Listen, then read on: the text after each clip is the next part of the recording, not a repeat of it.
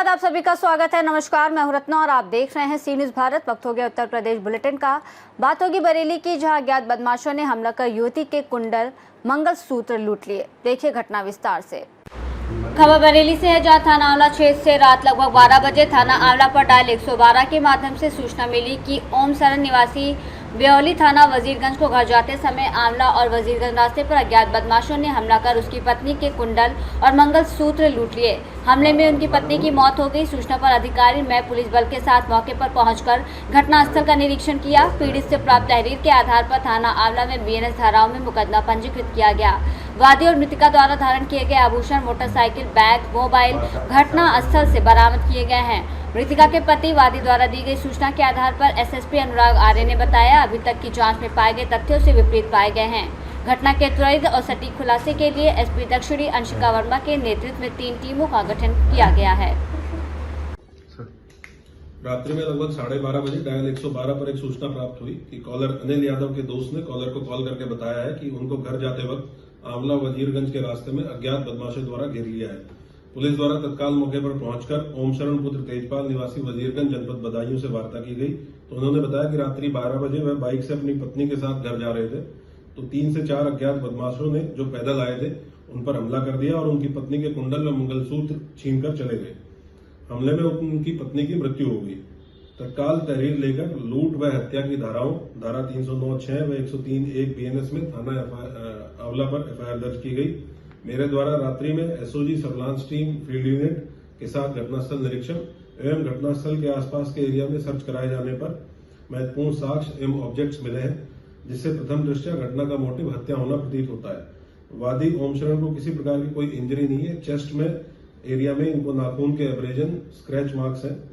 मृतका एवं वादी द्वारा धारण किए गए आभूषण, वादी की मोटरसाइकिल, बैग व मोबाइल, ये सभी ऑब्जेक्ट्स घटनास्थल से ही बरामद हुए हैं, जिससे स्पष्ट है कि घटना का मोटिव लूट न होकर हत्या है।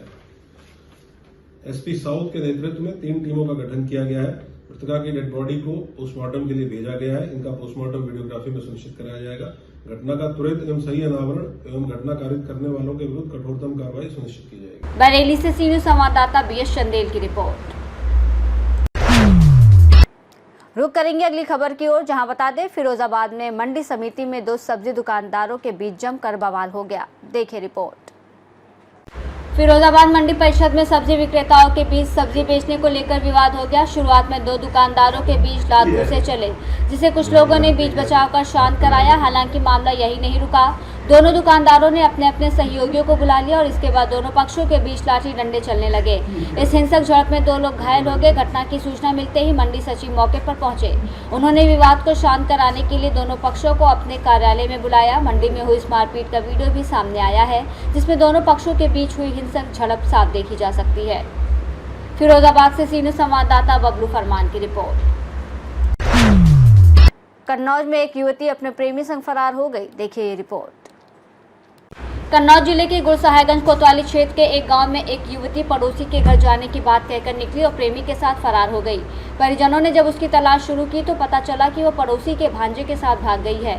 युवती के भाई ने पड़ोसी पर धमकाने का आरोप लगाते हुए कानपुर निवासी युवक और उसके एक साथी के खिलाफ बहन के अपहरण का मुकदमा दर्ज कराया है। मुकदमा दर्ज होने के बावजूद कार्रवाई न होने पर पीड़ित परिजन ने एसपी से न्याय की गुहार लगाई है। शैलेंद्र सिंह। कहाँ से आए हो? मोहनपुर रतनपुर से। क्या मामला है? मेरी बहन रंजीत और सालू दोनों लेके गए।